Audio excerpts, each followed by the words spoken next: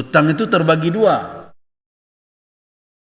Yang pertama hutang muta'alliq, yang bersangkut dengan zat atau harta tertentu, benda tertentu, itu lebih didahulukan.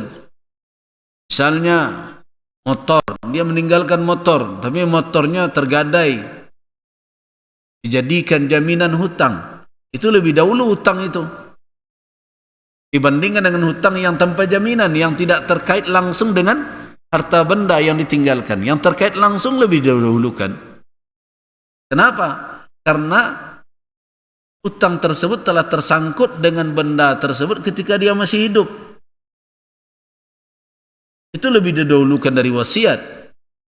Nah, nanti wasiatnya dijalankan, hutangnya tidak dibayar. Oh, tidak bisa begitu.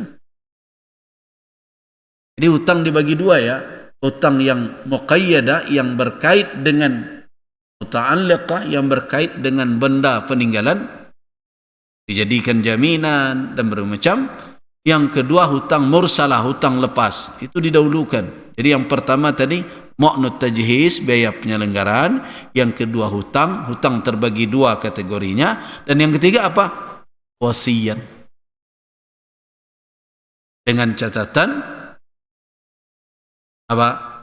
Dalam batasan yang dibenarkan oleh syarak dan dalam hal-hal yang dibolehkan oleh syariat.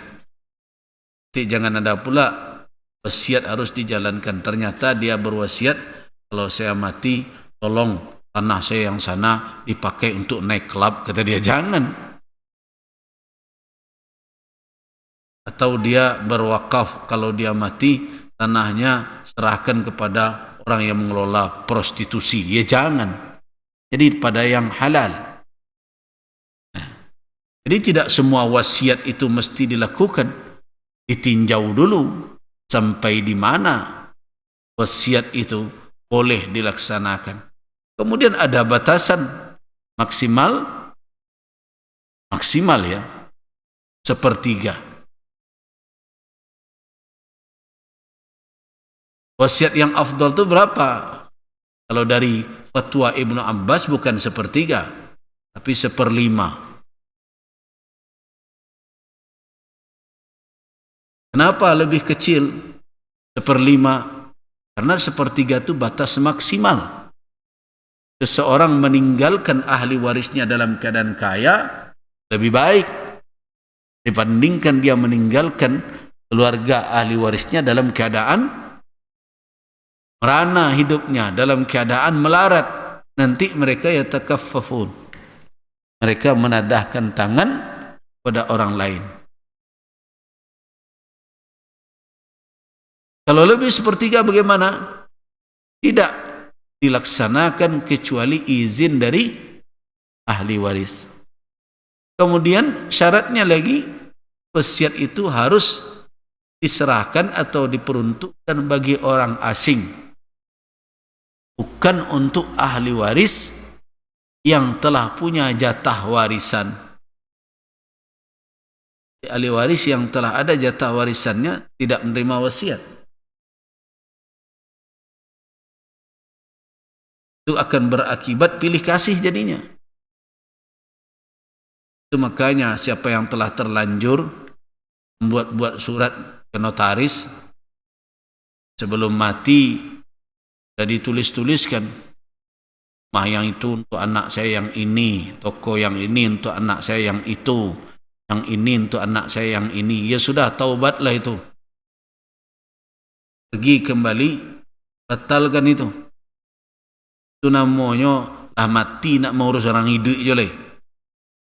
Kalau awak lah meninggal, engkau harus awak selesaikan, yaitu di alam barzah kelak. Orang nan hidup siapa mengurusnya? Aduh, Al-Quran yang menjadi aturan. Suruh mereka merujuk kepada petunjuk Allah Subhanahu wa taala. Banyak orang kini tak rela mati. Setelah mati, yang ingin dia mengurus orang dan hidup. Anak nan iko dapat iko, nan anak nan itu dapat itu. Mana kau dapat iko banyak? Yo hidup susah. Kan kininya susahnya. Kalau nanti bertukar kehidupan dan susah menjadi senang, Dan sana malah baca ceritanya tuh.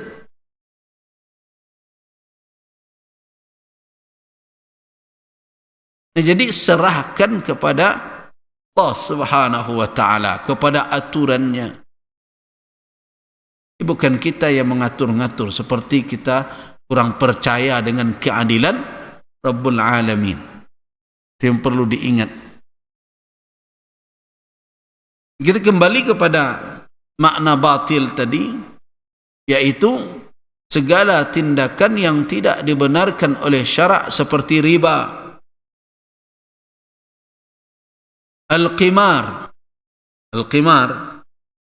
perjudian, kecil apapun, berjudi haram hukumnya. Kan baru-baru ini heboh-heboh, katanya ada fatwa halal domino dari MUI. Jelas MUI Sumbar tidak ada mengeluarkan itu. Nah, setelah saya konfirmasi ke MUI di pusat, Sekjen Majelis Ulama, benar nih sudah keluar fatwa halal domino itu. Ternyata belum ada fatwa keluar. Itu berita hoax katanya. Tidak tahu hari ini atau hari yang akan datang. Nah, kemudian saya sudah sampaikan, kalau saya ditanya tentang domino, tidak perlu fatwa majelis dikeluarkan. Kenapa? Ada beberapa alasan.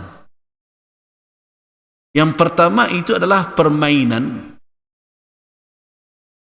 ya, yang karakteristiknya sama dengan permainan yang lain selama tidak ada unsur perjudiannya, kategori hukumnya mubah, ya boleh. Kan banyak permainan, main catur, apa lagi, main kartu, selama tidak ada unsur perjudian, tentu hukumnya seperti permainan. Tetapi ingat, menegaskan fatwa halalnya itu membawa makna tersendiri dalam kenyataannya nanti. Itu akan mendorong orang untuk apa? Untuk rajin bermain itu dan santai. Padahal permainan-permainan seperti itu tidak patut untuk dipersering atau diperbanyak. Kenapa demikian?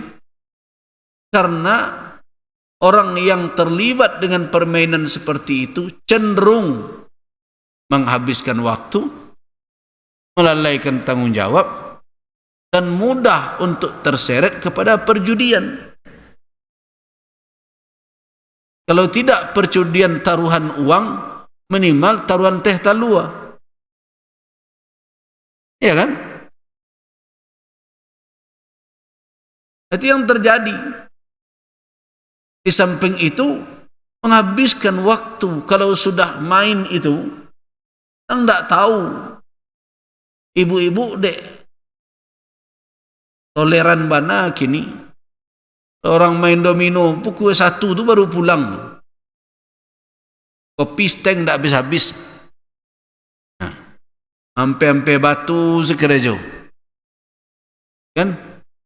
Anan rumik bana. Kalau mainnya berampek boleh lo kode-kodean. Itulah payah tu, nak mencuang berbelok-belok bagai. Mato berkijok-kijok bagai. Ialah perlombaan-perlombaan seperti itu. Nah, intinya apa? Segala bentuk hobi dan permainan yang sebenarnya pada hukum asalnya mubah, boleh saja. Tetapi karena di dalam prakteknya banyak melalaikan orang dari kewajiban, menghabiskan waktu tanpa ada manfaat. Kemudian juga apa? Tidak sedikit menjadi alat perjudian. Yang seperti ini itu jangan diperbanyak. Tidak perlu didorong-dorong. Katanya ada mau dijadikan cabang olahraga pula, katanya begitu. Kemudian dimintakan pula fatwa ke majelis, ke lembaga keulamaan.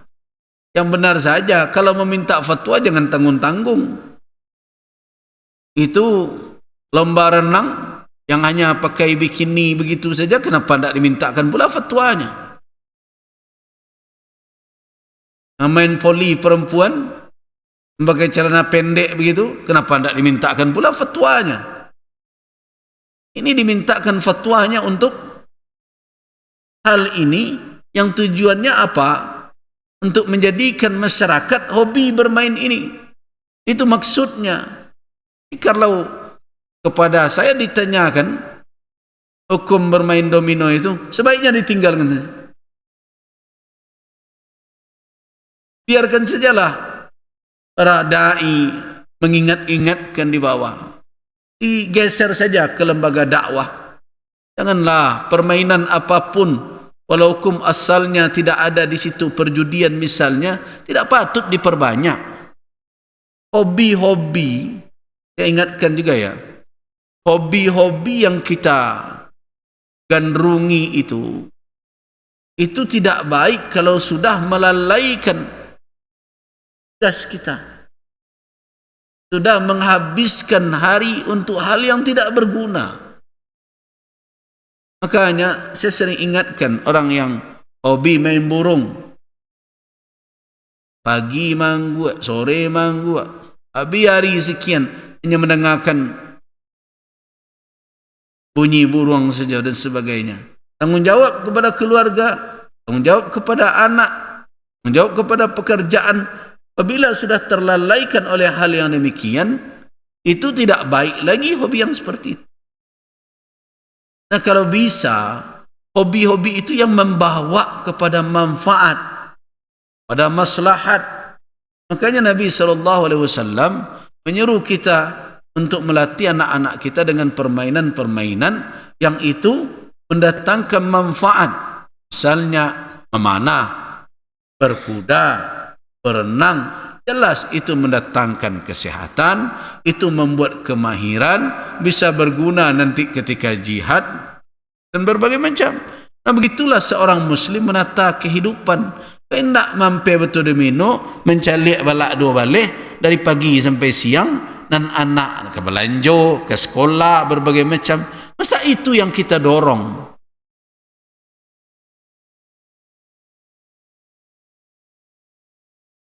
Makanya kalau saya katakan tidak perlu itu fatwa majelis.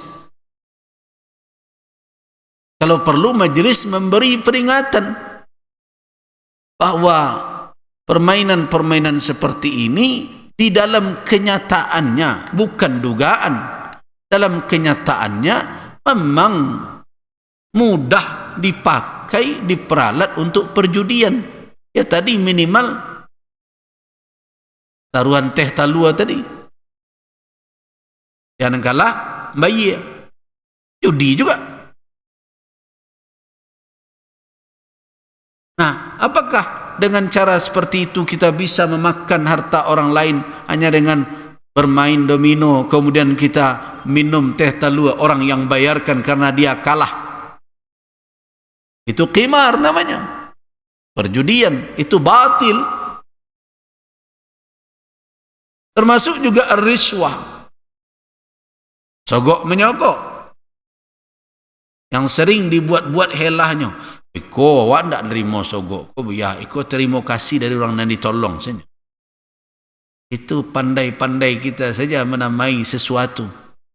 Kalau sesuatu diberikan kepada kita oleh orang lain terkait dengan tugas yang kita sandang, layanan yang kita berikan, yang sudah menjadi amanah di pundak kita, dan untuk menjalankan tugas yang diamanahkan itu sudah ada imbalan jasa, sudah ada gaji yang ditetapkan untuk itu lebih dari itu diterima, itu adalah dari orang yang kita layani, orang yang kita bantu, ke orang yang kita urus, itu sogok namanya. Yang dialih-alih namanya demi untuk memakannya, itu batil namanya itu.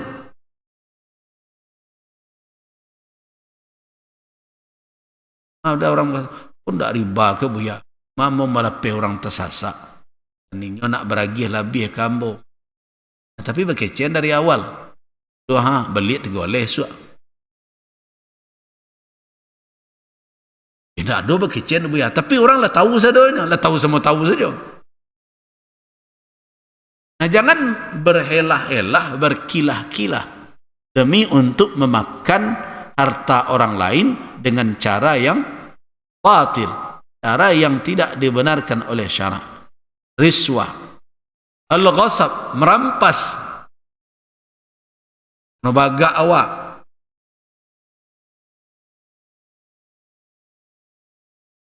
Karena banyak cara-cara seperti itu sekarang. Orang malas bertengkar. Ini perlu saya ingatkan. Ini di Sumatera Barat ini, di kota-kota besar di Sumatera Barat ini, tahu enggak?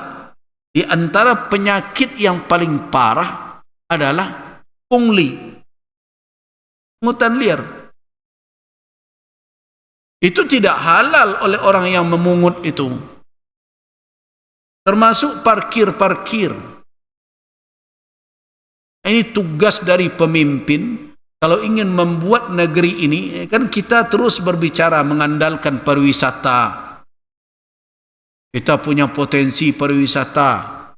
Banyak yang berkata kita tidak punya resources, tidak punya sumber daya alam yang banyak. Kita tidak punya minyak, cadangan minyak seperti di provinsi lain. Entah ya entah tidak, belum tahu juga. Bisa jadi banyak kandungan mineral di bawah bumi kita ini. Emas saja banyak tuh, lihat di Solok Selatan. Ada berapa emas tuh keluar dari sana. Nah, tapi okeylah. Mereka katakan tidak ada kita sumber daya alam. Kita hanya punya keindahan hamparan bumi ini. Tanah Minang yang indah dan elok ini. Inilah yang akan kita jadikan sebagai potensi untuk mendatangkan orang agar kita mendapatkan limpahan ekonomi, berbagai macam istilah. Tapi aneh kalau betul serius kita mengurus itu, apa yang perlu dibuat dahulu? Orang mau datang tu kalau nyaman. Tapi kenyamanan itu yang tidak ada banyak di negeri ini. Susah. Di mana berhenti saja perit. Berhenti di sini. Tadi ketika berhenti tidak tahu orangnya ada tidak ada dia. Tapi ketika mau keluar, dan itu yang dikapling kadang jalan raya, jalan umum. Orang berhenti di jalan raya bukan di tempat parkir. Yang aneh betul sekarang, ada orang yang singgah di suatu toko hanya pergi melihat sesuatu sebentar saja, kemudian kembali ke kendaraannya, datang saja orang parkir pak. Halal ke itu? Tidak, itu haram. Mungkin ada yang berkata ketika saya mengatakan ini, susah benar orang dibuya, orang susah tidak mengerti. Kesusahan tidak menjadi alasan untuk mengambil hak orang dengan cara batil. Perlu diingat.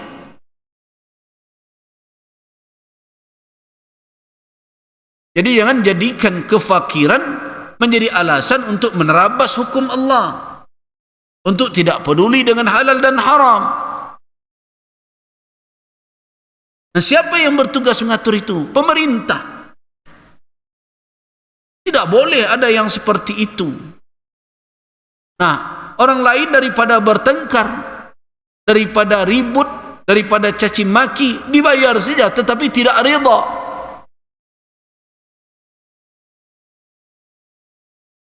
Mereka tidak ridha. Ini bukan perkara PT 1.000, 2.000, 5.000. Ini bukan perkara 1.000, 2.000, 5.000, 4.000. Ini perkara apa? Ada hak dia untuk mengambil atau tidak. Sedikit pun yang tidak halal itu tetap tidak halal.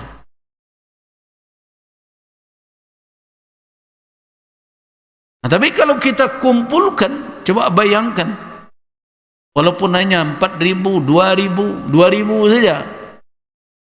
Kalau sudah 20 mobil yang berhenti sejak tadi, sudah berapa dia mengambil itu? Sudah 40.000.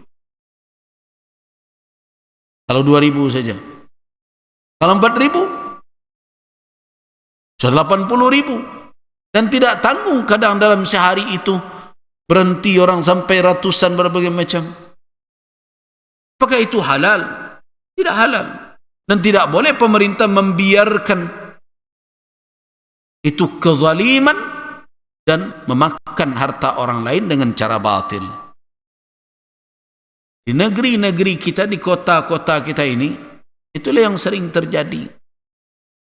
Nah, kemudian kita cerita pariwisata juga. Mana orang nyaman datang ke negeri yang tidak ada keteraturan seperti itu.